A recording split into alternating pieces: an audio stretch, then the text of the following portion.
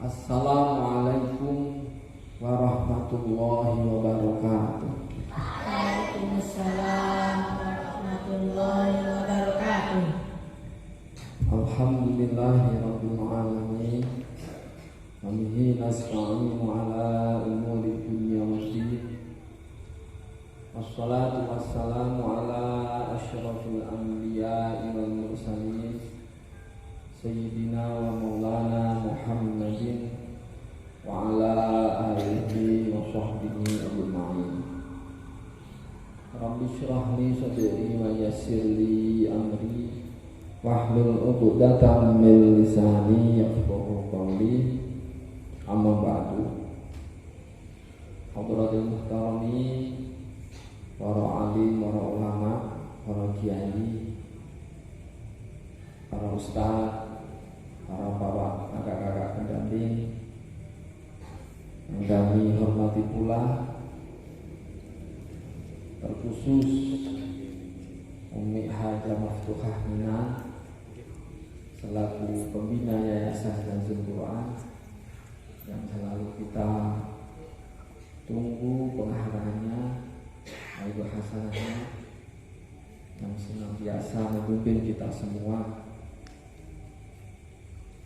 Alhamdulillah wa syukrulillah wa nikmatillah, malam ini kita bisa berkumpul bermuajahah dalam keadaan sihah wal afiyah biqauli alhamdulillahi rabbil alamin. Selawat serta salam kita haturkan kepada junjungan kita Nabi Agung Muhammad sallallahu alaihi wasallam sebagai panutan kita semua, sebagai contoh suri tauladan kita semua, sebagai model kita semua bagaimana kita hidup bermasyarakat, bagaimana kita beribadah kepada Allah. Junjungan kita adalah Nabi Muhammad sallallahu alaihi wasallam sebagai pembawa syariat agama Islam. Semoga kita semua diberikan taufik hidayah oleh Allah Subhanahu wa taala untuk senantiasa bisa mengikuti, bisa anut, bisa taat dengan syariat-syariat yang dibawa oleh Nabi Muhammad sallallahu alaihi wasallam. Amin Allahumma amin. Yang pertama, saya merasa bersyukur, berbahagia. Alhamdulillah malam ini oleh kakak-kakak pengurus, oleh ustaz dan masukan dari berbagai pengurus yang lain, malam ini muncul lahir sebuah organisasi yang insya Allah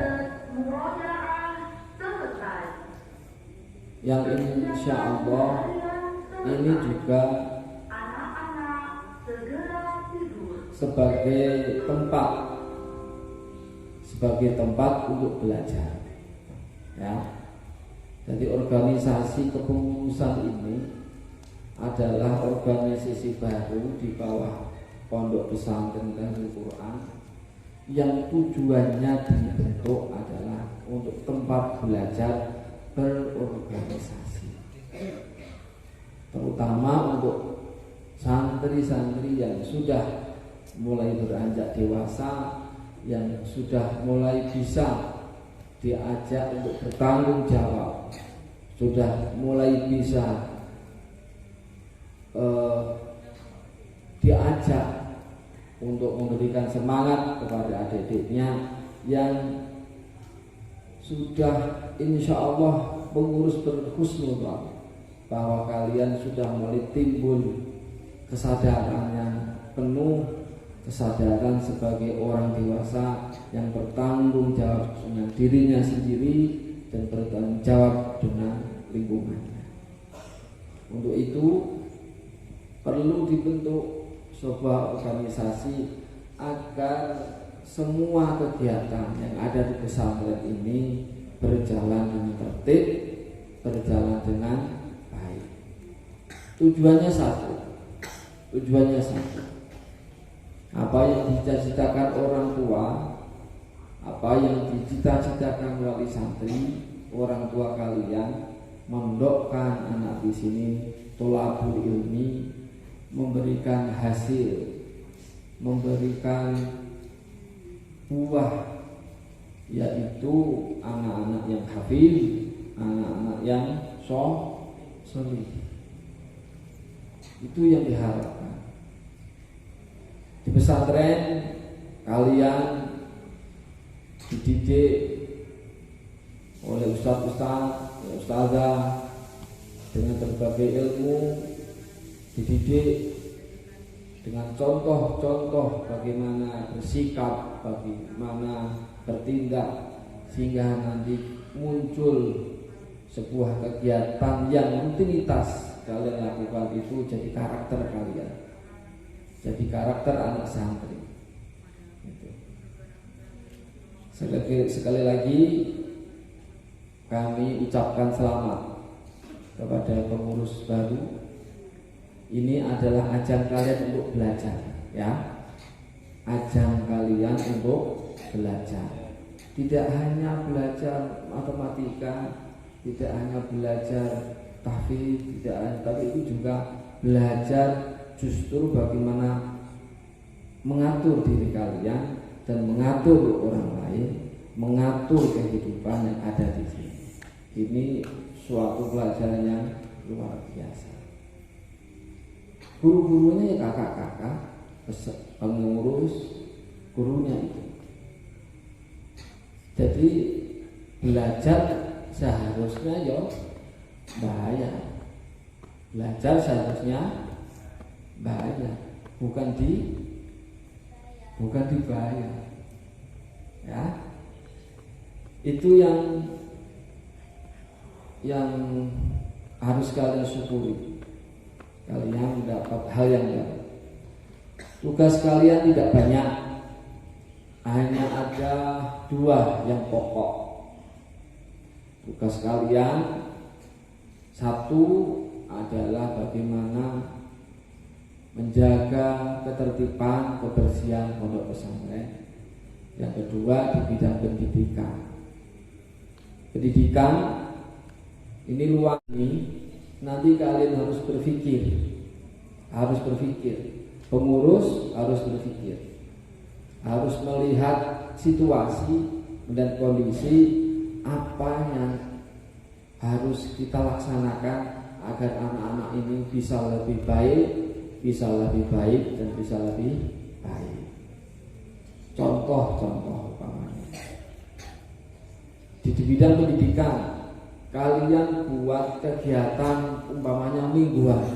Contoh ini, taruhlah umpamanya setiap malam Jumat sudah ada kegiatan pembacaan Al-Barzanji, terbangan.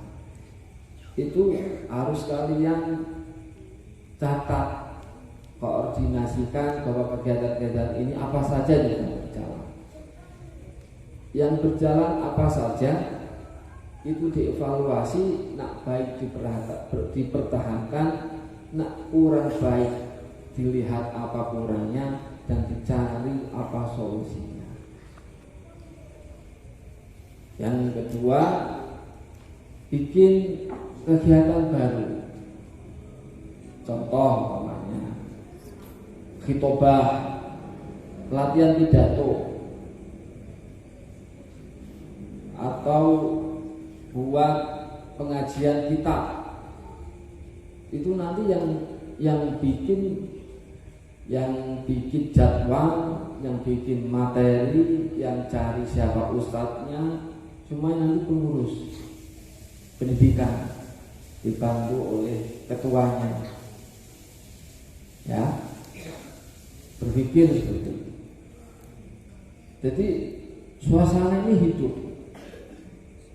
Sampai kalian dapat ilmu tambahan, umpamanya 2 minggu sekali ditobah contohnya.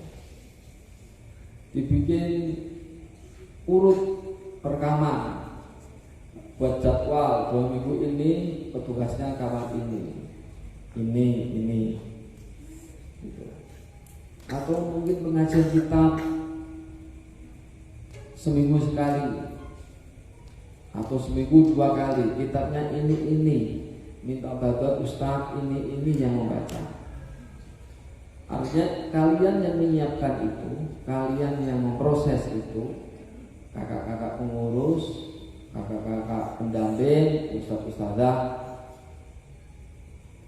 mengiyakan atau tidak, tinggal mengeksekusinya gitu, ya.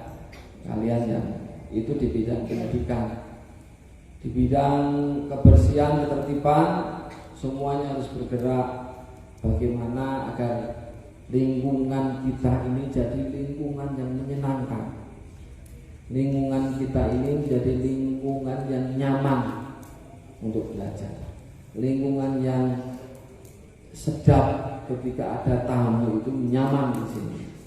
Jadi pesantren yang jadi tujuan orang tua senang untuk mondokkan anak di sini. Itu tugas keamanan, tugas kebersihan, dan dibantu oleh pengurus-pengurus yang lain. Sekali lagi kami ucapkan selamat kalian yang sudah diangkat, gunakan. Kalian boleh saja mengajukan anggaran, ya. Kalian boleh saja mengajukan anggaran. Ngerti anggaran? Boleh mengajukan kebutuhan keuangan. Umpamanya hitoba, kalian butuh apa ya? Butuh buku, butuh mic, butuh salon, butuh sakape. Itu kalian ajukan. Butuh kalian kasih kitab, kalian butuh beli kitab, kalian butuh anggaran sekian, ajukan ke kakak pengurus. Nanti kakak pengurus yang lapor ke yayasan. Kebersihan bagaimana? Lihat sapu pada hilang semua, pada rusak semuanya, atau apa saja, kalian boleh minta uang, boleh mengajukan anggaran keuangan untuk beli ini. Tapi yang namanya organisasi semuanya harus terdata, semuanya harus ada laporan dan pertanggungjawabannya. Umpamanya tuku sapu 10 ditukokno, laporannya nanti juga harus sesuai kegunaannya. Beli sapu 10 untuk ini, tapi ternyata sapu dibelikan kebersihannya tidak terjaga. Itu artinya kan fungsi dari sapu yang kalian ajukan belum bekerja maksimal. Harus ada evaluasi, ya, dan lain sebagainya. Untuk pengurus yang baru saja dilantik tentu dikasih kelonggaran, karena sudah dewasa dan sudah dianggap bisa mengatur dirinya, bisa mengatur kekayaannya. Tentu adik-adik tidak boleh merasa iri, adik-adik tidak boleh iri. Yang pertama yang dikasih kelonggaran untuk kakak-kakak pengurus adalah agar bisa latihan bagaimana mengatur kekayaannya. Insya Allah nanti mulai bulan depan kalian uang sakunya tidak berupa gocap. Uang sakunya tidak berupa gocap.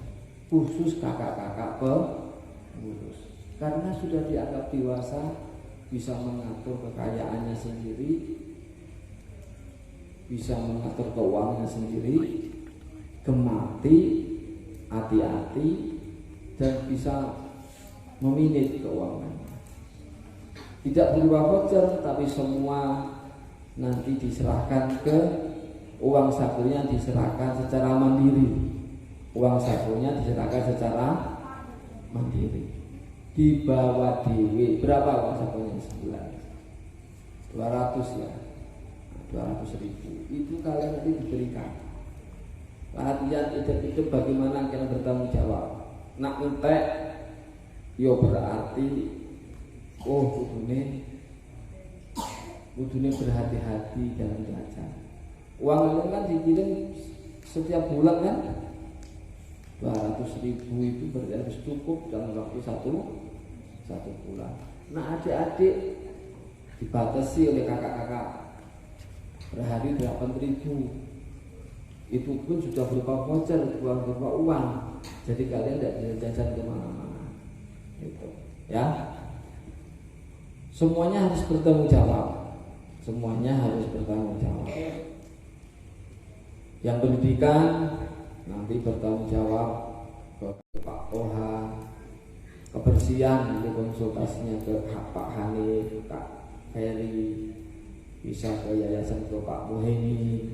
Jadi semuanya bisa jadi tempat pertanyaan. Kekurangannya ini, kekurangannya mana? Kemana ini lapornya ini? Ke kakak pendamping atau kakak pengurus. Paham ya? Oke. Yang adik-adik, kalian juga harus menghormati oleh kakak-kakak pengurus yang baru saja dilantik.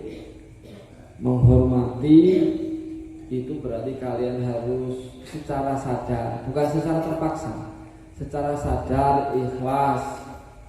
Andainya ketika pengurus itu mengajak kalian untuk jamaah misalnya, ya untuk jamaah, untuk ngaji berarti ya ngaji. Ketika pengurus menjalankan apa yang sudah diamanahkan kepada pengurus, menjalankan tata tertib, menjalankan kegiatan, kalian pun harus menghormati. Iya Kak, siap. Betul ya? Harus ikhlas.